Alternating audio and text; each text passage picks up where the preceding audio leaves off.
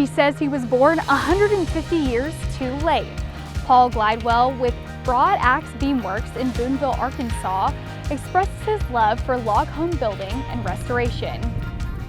My wife and I both say that we were born 100 years too late, which I can't do anything about that, but I can enjoy part of what I've missed out on 100 years ago, or well, 150 now. But it's always been in me to love history, and I always liked the history of the South and just in general, the frontier era. I guess from 1830 to 1885 would be my favorite time period. And the move west from the east and what they went through, the hardships and the simple life, which would have been enjoyable for me if I had been able to live back then. And also the construction. My dad was a builder. I grew up in the construction trade. And it's always been in me, just as a little bitty boy, to want a log cabin. Just always been there. But it was kind of dormant, and then about 35 or 6 years ago, I built our first log cabin, which is totally off-grid. There's no electricity, no water, no anything there. Got a little outhouse.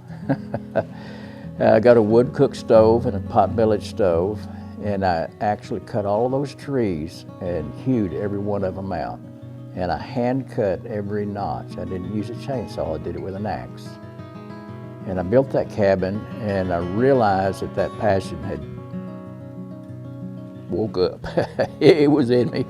And I was fortunate enough to, our neighbor had given me an old Mother Earth News magazine, and there happened to be an article in there about Peter Gott in Marshall, North Carolina, and an address. So I had thought that year I built the cabin that I had done something that nobody else had done. I was really proud of myself.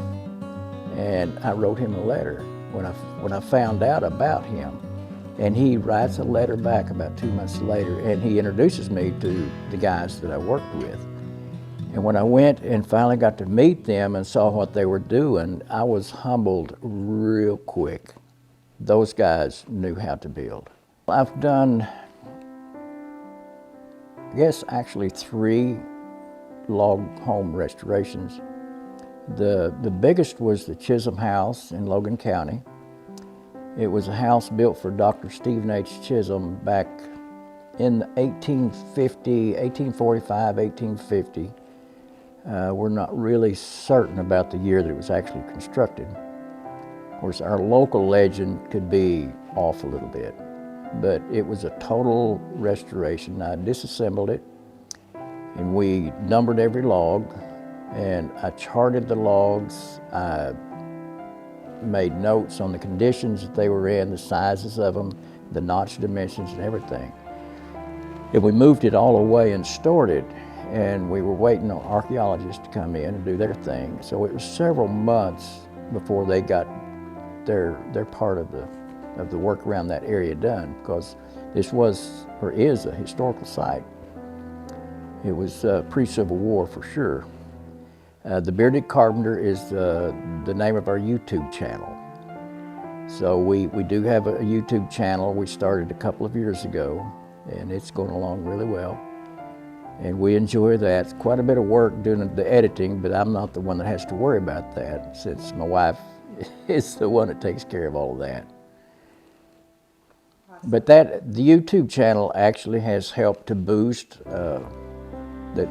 actually the cabin that I'm building right now was because of the YouTube channel. The people that are following our channel, there are actually a few who have tackled the adventure to build their own log cabin. Right off the top of my head, there's one gentleman here in Arkansas, and actually I found him by accident on Facebook. I saw this picture and I'm thinking, looks like he took a picture of my cabin. And so I contacted him, and he was watching our videos. And there's a young fella in Canada that is following our channel and the videos to learn to build his cabin. And there's a really neat one. There's this gentleman in Sweden who is 62 years old, bought a sawmill, and he's sawing his logs. And he actually mentioned me on his channel. I found him by accident by looking at the Woodland Mills sawmill. And I'm thinking, this is a sweet old guy. And he actually is following our channel to learn how to build his cabin. And since we're not doing the workshops yet, this is the closest thing to a workshop that I can do, is to show how I do things. Although the hands-on experience is so much better, especially when you're teaching somebody to use a chainsaw instead of somebody just watching me run a chainsaw. And I use some big saws. So it's better if you do the hands-on. So it's kind of neat to see these people that I have actually, by accident, found their channels where they're showing their journey of building their cabin, but they're following our channel to do it.